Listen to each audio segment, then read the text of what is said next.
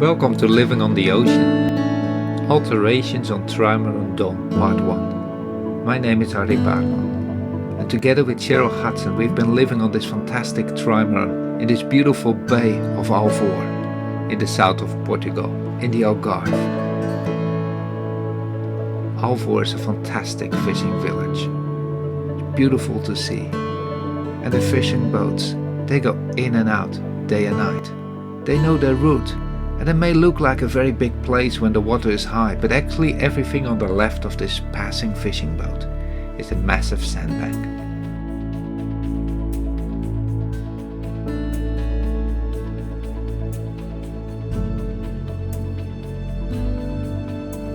We built a tent over the aft cockpit, because we want to change this cockpit into an aft cabin.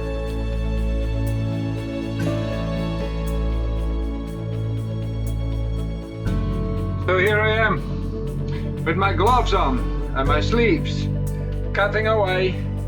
Just made this hole, taking away the benches from the aft cockpit in this tent that I built over it. The wheelhouse that you see behind me, over there, make that into a cockpit with a solid spray. It's not gonna be easy and it's not gonna be fast.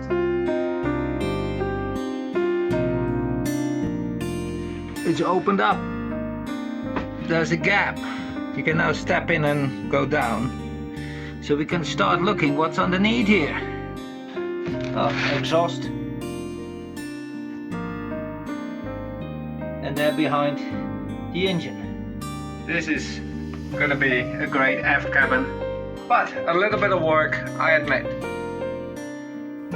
And that work starts quite interesting, because the complete inside of Trimaran Dawn is covered with a layer of Kevlar, and that eats my sandpaper. It's very strong, I'm happy with it. After that, I build a shape for the new aft deck. And with a glass fiber strip I line out nicely the curve that I want into it. And with all this work, it's always a joy to see the sun come up in the morning over Alvor. This gives the energy to continue a big job like this.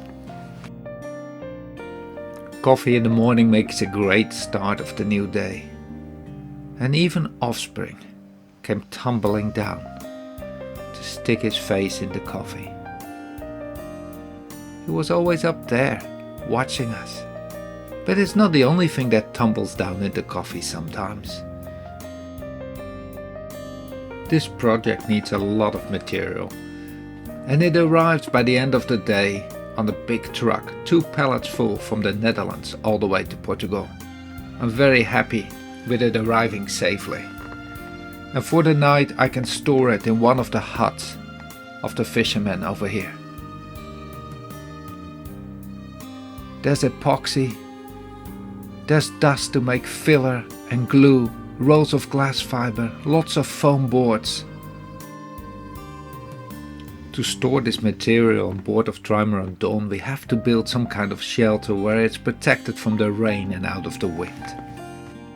Because we also live on the boat, we have to cover the entrance with plastic against the dust and the smell.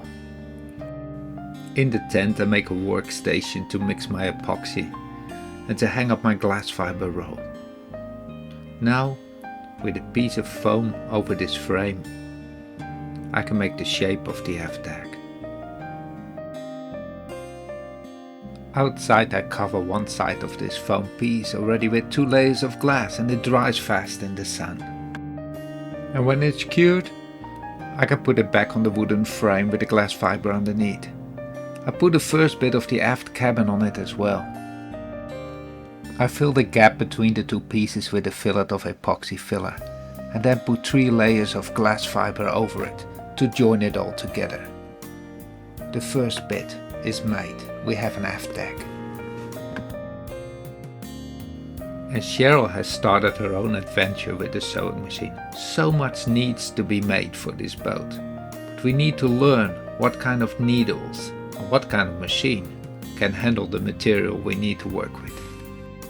Cheryl also works on the winches, and they definitely need work after not being maintained for 15 years. They're completely dried up and hard on the inside. They need to come off so that I can work on the aft cabin. After we take them off together, they end up in her hands, and she just strips them down. Which is not always easy with a hard dried up grease, but she starts cleaning them, and the details are being done with a toothbrush. In her hands, everything gets clean and perfect again. All cleaned up, they end up on this pallet because we do not yet have a new place to put them. Never being deprived of another beautiful sunset in Alvor. And it's winter time. Time for the every year returning spectacle of the cormorants. They arrive in this bay with hundreds. They're fantastic to watch with their wings out drying on the sandbank. But the real spectacle is every day when they hunt. They make lines to the water and drive all the fish in this rich bay up to the beach, where other birds, seagulls and herons and even spoonbills are just waiting on the shore for the fish to basically brought to them. It's a fantastic bay with its marshlands that get covered with the high tides. All kind of little animals can grow up here in safety, well, as long as the cormorants don't arrive, and actually all the other birds and animals that are here hunting for their food.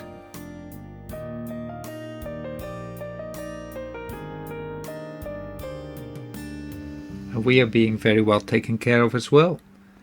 A fishing boat stops alongside and calls my name and gives us a bag.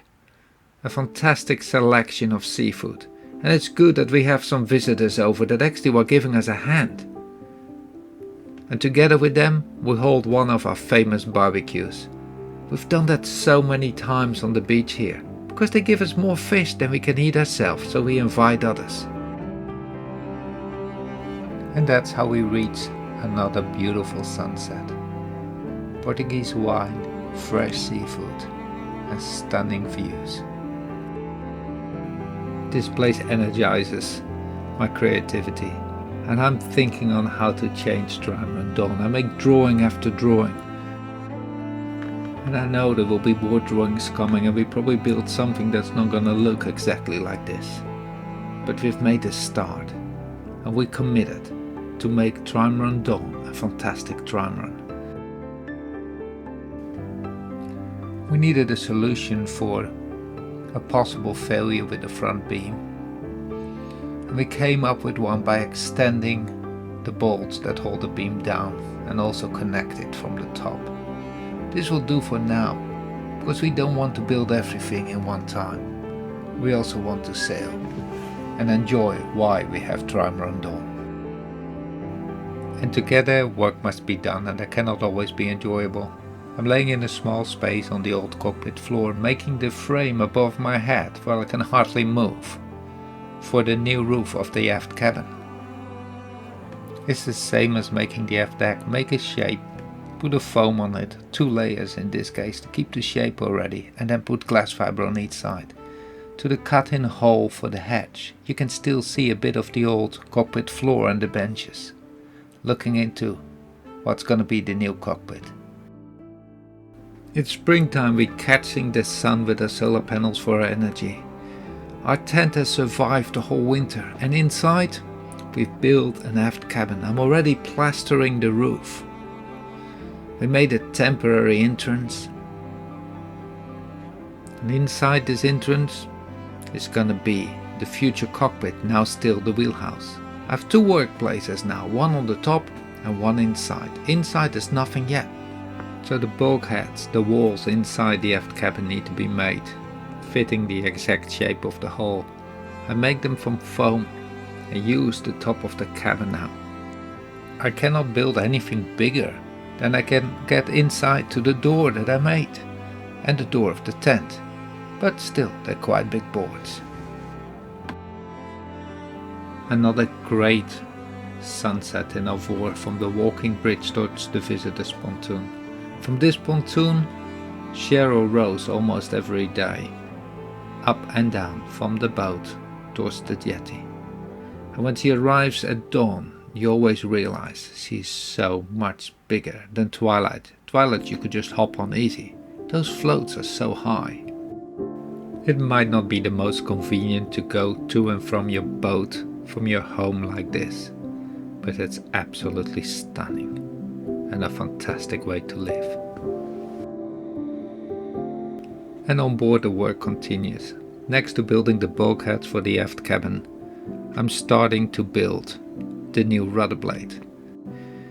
So we designed a rudder that can fold up backwards, basically old-fashioned. There are more modern ways to do it, but I want a rudder blade that I can take off very easily and store away in the boat when I'm just on anchor or my mooring here. I don't want any hassle with the sandbanks. So I lengthened the rudder blade that we already had and give it a better profile, cutting the foam into shape and covering it with glass fiber. And a lot of carbon, 18 layers of carbon UD to make it strong enough.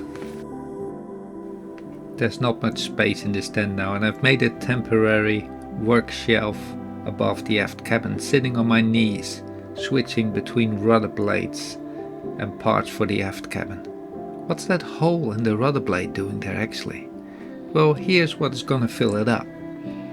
I designed a trim tab into this rudder blade, on which I want to connect a wind vane. That hopefully will function well enough to sometimes save power on the autopilot. It's getting quite a big rudder. It's getting quite heavy with all the reinforcement, but the forces on a blade like this are much higher than most people realize. And it's quite a big rudder as well. Having fun with carbon to make little blocks and things that can move on the rudder blade or on other parts of your boat is something that I enjoy doing. Not having the mold means that you have to come up with an alternative way of doing it. So making a pipe from carbon, glue them on the right height in the right angle, and you have a way to hold the blocks. And to make the sides of the block, first put foam in place where you do not want the carbon to go. And then put a carbon fiber in between. This is becoming very, very strong. Not as light and perfect as when you have molds, but this is what you can do without molds, and you don't always have molds with you. This is what you can do in the middle of the ocean when something breaks. Having made this shape, I now also need to reinforce the weakest part actually of this rudder, where there's also a lot of force. So there we put some extra carbon fiber UD on the blade, and then the big job of fillering and plastering and sanding goes on for days.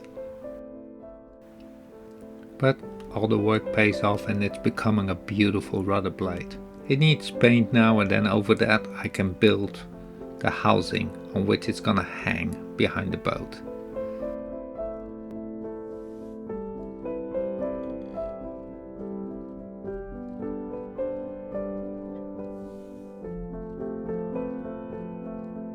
The real work is actually jumping from one to another when one job is curing and working on the other one. And this is making supports for the floor in the aft cabin above the propeller shaft. It needs to be accessible, so a lot of work again. Making more boards and making a floor for the aft cabin. Curing on top of the boat inside the tent, with an accessible hole in the floor, very strongly supported so it doesn't break if we walk over it. And all that needs to be sanded, plastered, sanded, plastered.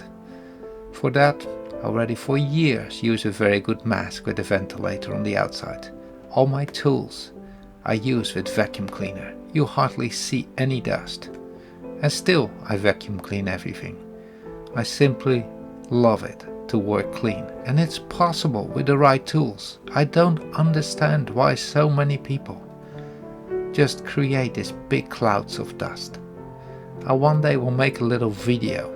I actually already made it, but I will show it to you later. You can work inside a boat with a vacuum cleaner outside and keep it clean. It might go a tiny bit slower if you never clean up the workplace, but if you do it all the time, it's actually working with a lot more pleasure, making, I think, much better products and much healthier. I've been doing this for over 30 years now. I cover up my arms, I make sure no dust can go into my sleeves, and I sand panel after panel. Doing it that clean also makes it fun to do a really good job.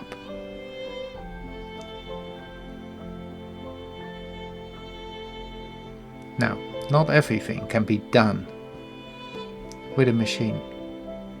I think there will always be work that needs to be done by hand. Just good old sandpaper.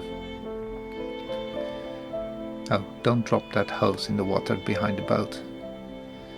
It's actually quite nice to have the back of the tent open and have the draft go to. Sandpaper and a little piece of foam. Make a little block and do what we already do for years and years and years. I don't know how many square meters I've been sanding over the last 30 years in all the boats I built. But I still get a great satisfaction out of doing a good job, out of making something really nice. One of the problems is often I make it too nice. I spend too much time. This is gonna be just something over which you walk. You will actually hardly ever see it. But I don't want to be working on the propeller shaft and cutting my hands or wrist or fingers by cleaning something. And I really don't like boats where the corners are where you can't see, but where you sometimes do have to be and feel you hurt yourself. It's also a bad idea on the sea when you cannot go to a doctor with infections. No, do a good job. Take the time. Do it clean. And your best tool in all this work, in my opinion, actually is your vacuum cleaner. It's better for your tools, it's better for your health. It keeps you clean and keeps the work so nice. But indeed, I spend time vacuum cleaning. And some people have complained about that. Quick, quick, quick, quick. Oh, the wind will blow it away. No, it goes into the sea. Vacuum clean it. Put it in a bag. This is really one of your best tools. Well, we protected ourselves from the dust and the fumes. But mold can be another big problem. This is all the way in the bow, because there is not yet a dividing wall, and the warm air from the saloon can go there. This is behind the fenders. It's not healthy for you. And a bigger problem we found in the tent, it was condensing against the plastic. And even the ventilator for my mats, which is supposed to keep me safe, we have to keep a very good eye on it.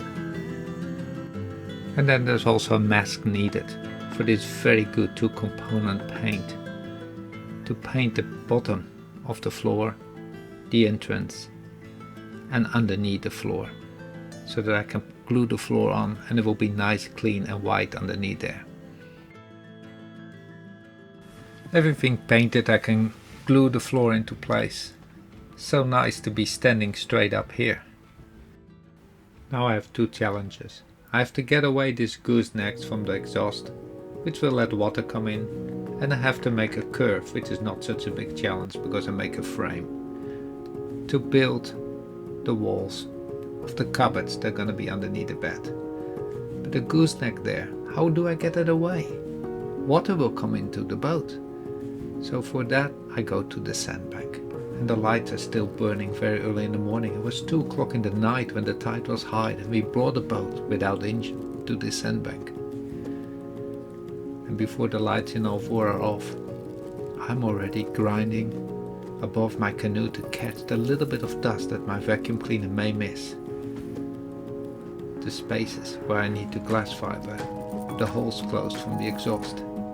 I took the exhaust off at 5 o'clock in the morning, when the boat started to dry out, filled them with foam, and now sand them and now plastering them.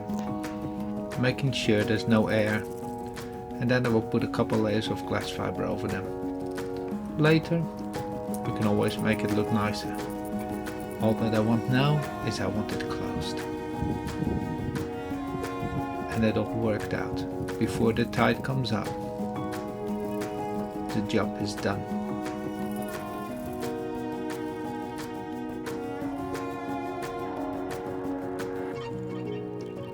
So I can finish my aft cabin, the cupboards that come underneath the bed. I make the dividing walls, the edges to make shelves, and then it becomes sanding and plastering, sanding and plastering, sanding and plastering, doing the corners, making sure it's all nice and smooth, before I finally paint it white. Beautiful white underneath the floor, which you cannot see, and beautiful white inside the cupboards, which you cannot see after I turn this into my workstation, because I need everything off the roof. And because the old rudder is still on the boat, I cannot take this part of the old cockpit away, and I must temporarily close it, and do that in a creative way, with boards that can be taken out. And then finally, after almost 6 months of work, it's time to paint the aft cabin. I'm rolling it with a 2-pack polyurethane paint that I've been using for over 30 years, one of the best that you can get in the Netherlands. I really love this paint, look at the result. Now a lot more needs to be built on top of it, so it's almost a pity. But it needs to be protected against the sun, because epoxy gets eaten away by it.